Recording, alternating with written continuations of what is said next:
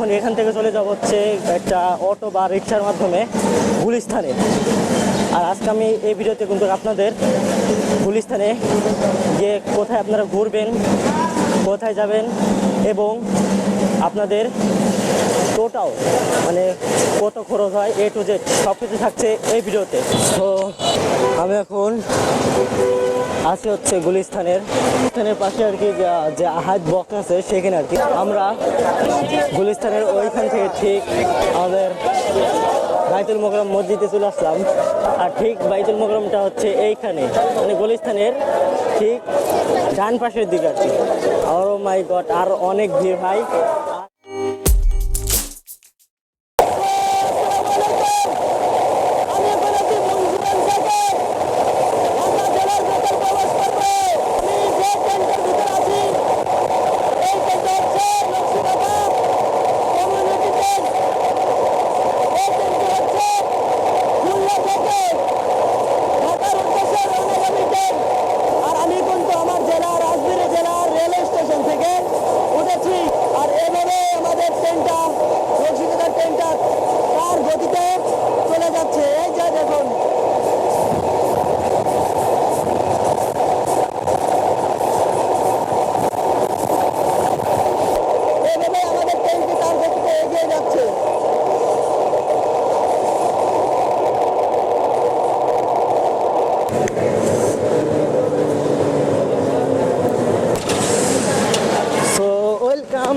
Kamalapur railway station, এ হচ্ছে Kamalapur railway station.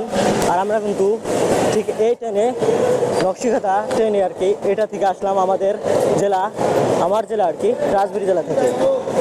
আমরা এখন কমলাপুর রেলওয়ে স্টেশন থেকে এক্সিট হবো আর কি।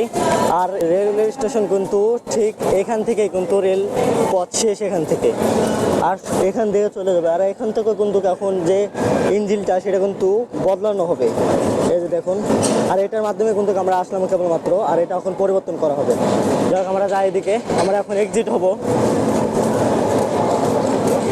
আমার ফোন এক্সিট হয়ে এখান থেকে এখন দেখি আমার ফার্স্টে আমার ফোনে টাকা পড়তে হবে আর কি। আমি এক ফ্রেন্ডের মাধ্যমে এখানে আসছি আর কি, তাকে আবার কল করতে হবে। আমার ফোনে আবার টাকা নেই, এখন দেখি ফোনে টাকা পড়তে হবে। তারপর এখান থেকে একটা রিক্সা বা অটোর মাধ্যমে তারপর এখান থেকে সোজা চলে যাবো হচ্ছে গুলিস্তানে আর কি। আর এ হচ্ছে কমলাপুর রেলওয়ে স্টেশন, দেখেন একটু এ আর কি। আমরা ওই পাশ থেকে আসলাম, আর এখন এই পাশের দিকে একটু সামনে এগিয়ে আসলাম। কমলাপুর রেল স্টেশন দেখি অনেক বড় আর কি, হ্যাঁ। আর এই পাশেও দেখি অনেক বড় একটা স্পেস, ভালো সুন্দর একটু। আর আমরা দেখি ওইদিকে যাবো এখন। আমার একটা এখন হচ্ছে রিক্সা লাগবে আর কি, রিক্সার মাধ্যমে গুলিস্তানে যাব। আর কমলাপুর রেলওয়ে স্টেশন কিন্তু আপনারা সবাই জানেন আর কি, এখান থেকেই কিন্তু অন্যান্য জেলায় ট্রেন যাতায়াত করে আর কি। আপনি যেখান থেকে আসুন না কেন, আগে কমলাপুর রেলওয়ে স্টেশনে আসতে হবে কিন্তু আপনার। তারপর এখান থেকে আর কি আপনি অন্যান্য ট্রেনের মাধ্যমে আর কি এখান থেকে আপনার অন্যান্য যে জেলাগুলো বা সিটিগুলো আছে সেখানে যাইতে পারবেন ট্রেনের মাধ্যমে আর কি। আচ্ছা, আমার এই পাশ থেকে একটা রিক্সা নেবো আর কি। রিক্সা নিয়ে এই পাশে আর কি রিক্সাগুলো আছে, আপনারা কিন্তু ঠিক ওই পাশ থেকে এসে এই পাশে থেকে রিক্সা বা হুন্ডা বা অটো যেগুলো বলুন আর কি, সেগুলোর মাধ্যমে আপনারা চলে যেতে পারবেন। আচ্ছা, দেখ আমরা একটা রিক্সা নিই আর কি। রিক্সা নিয়ে দেখি কয় টাকা লাগে। গুলিস্তান একা কত? না এত না, গুলিস্তান কত তো এই আর কি।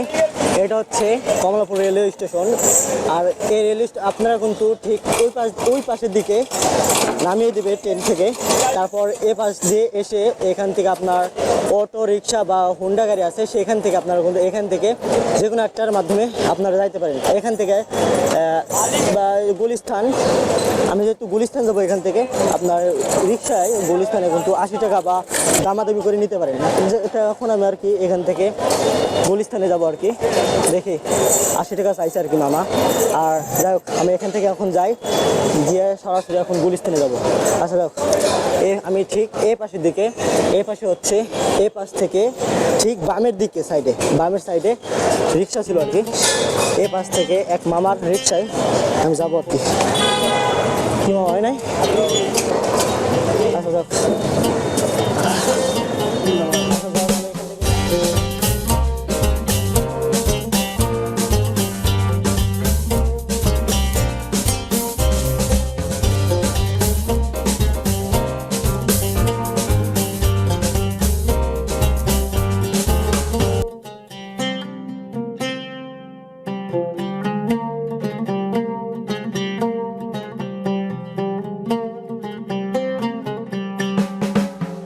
সকালটা শুরু হয়েছিল রাজবাড়ী রেলওয়ে স্টেশন থেকে।